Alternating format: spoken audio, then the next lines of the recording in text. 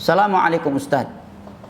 Waalaikumsalam warahmatullahi wabarakatuh. Semalam ana baru saja menolak orang yang mau mengobati ayah saya yang sudah lama sakit, tidak bisa bergerak lagi. Katanya ayah saya ada ikatan dengan jin.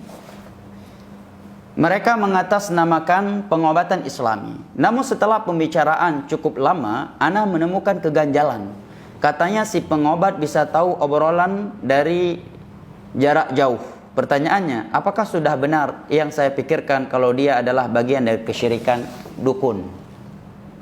Dia dukun karena ngaku tahu perkara gaib, menunjukkan dia memelihara jin untuk mengetahui hal-hal yang jauh darinya. Ini dukun. Jangan percaya.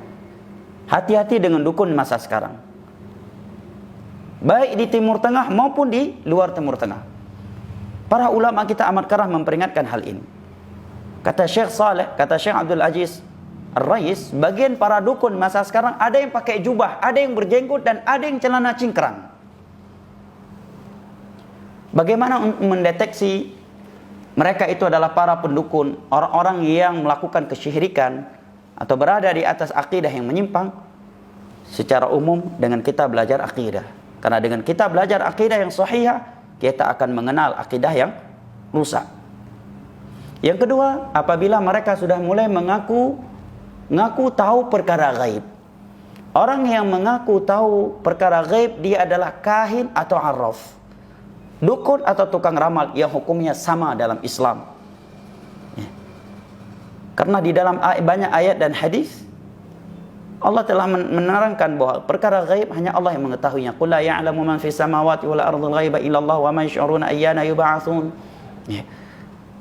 Nabi juga menyatakan, man atakahinan aw arrafan fasaddaqahu bima yaqul faqad kafara bima unzila ala Muhammad. Barang siapa yang datang kepada dukun, dan dukun sekarang tidak lagi perlu didatang ke rumahnya, kata sebagian para ulama, dan juga realita membuktikan demikian. Ada di handphone, melalui aplikasi-aplikasi, ada di medsos yang bisa dibuka dan ditayangkan di televisi. Kalau ucapan mereka dibenarkan, seorang percaya kepada ucapan mereka terhadap perkara-perkara gaib yang mereka kabarkan, sungguh dia telah kafir terhadap syariat Nabi Muhammad yang Allah turunkan kepada Nabi Muhammad sallallahu alaihi wasallam.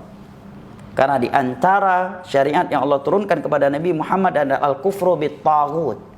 Dan dukun, para tukang ramal adalah tagut. Bahkan tokohnya tagut, kata Imam Ibnu Qayyim.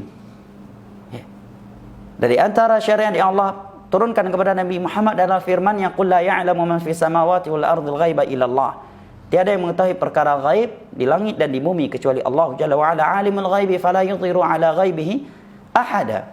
Para nabi saja diperintahkan oleh Allah untuk menyatakan diri mereka tidak tahu perkara gaib, sebagaimana yang Allah perintahkan kepada Nabi kita sallallahu alaihi wasallam, walau kuntu a'lamul ghaiba lastakthartu minal khair wa ma masani yasu. Andai kata aku tahu perkara gaib, sungguh aku akan memperbanyak kebaikan dan tidak akan terkena suatu kejelekan. Adapun perkara gaib yang mereka kabarkan itu karena wahyu dari Allah Jalla wa ala, dan selain para nabi tidak ada yang mendapatkan wahyu dari Allah Jalla wa'ala. Maka sikap anda sudah benar. Hati-hati, saya tegaskan kembali, hati-hati dengan para dukun dan tukang ramal masa ini. Kalau dia sudah mengaku tahu perkara gaib, ini biasanya kahin yang kayak ini, langsung ngaku. Yang satu lagi licik dia, sama aja hukumnya dengan dukun, tapi dalam bahasa hadis arraf, tukang ramal.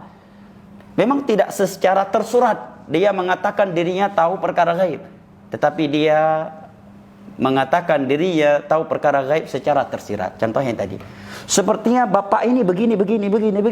Dulu bapak pas masih kecil begini demikian kan? Bapak ini punya sifat demikian, dia punya anak demikian. Yang hal itu perkara gaib untuk dirinya. Oh, bapak ini kalau punya anak lagi akan demikian. Kalau nikah lagi akan demikian. Yang itu perkara gaib.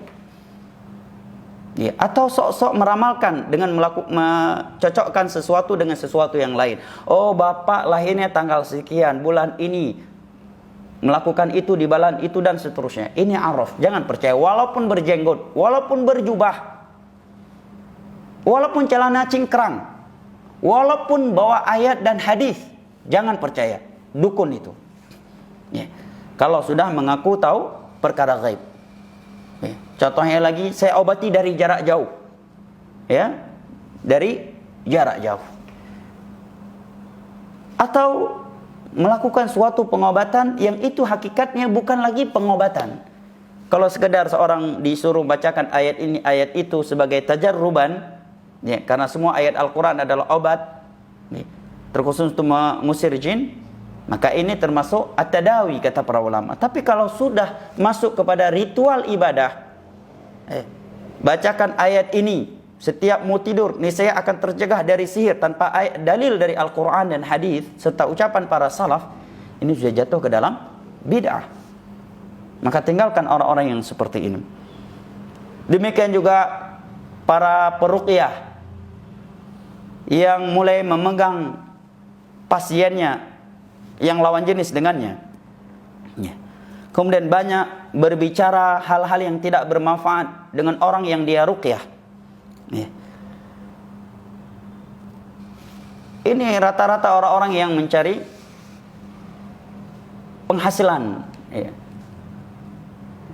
cari uang dengan menipu masyarakat. Hati-hati dari mereka ini. Kalau dia peruqyah yang baik, dia akan beruqyah dengan Al-Quranul Karim, dengan zikir-zikir yang Nabi sebutkan, atau nasihat-nasihat indah kepada orang yang kesurupan tersebut agar dia memperkuatkan hubungan dirinya dengan Allah Jalla wa'ala, dengan menjalankan perintah-perintah, meninggalkan larangan-larangannya, atau menasihat yang tegas untuk jin tersebut. Tidak mengajak komunikasi dan bertanya-tanya dari mana, kenapa, dan seterusnya.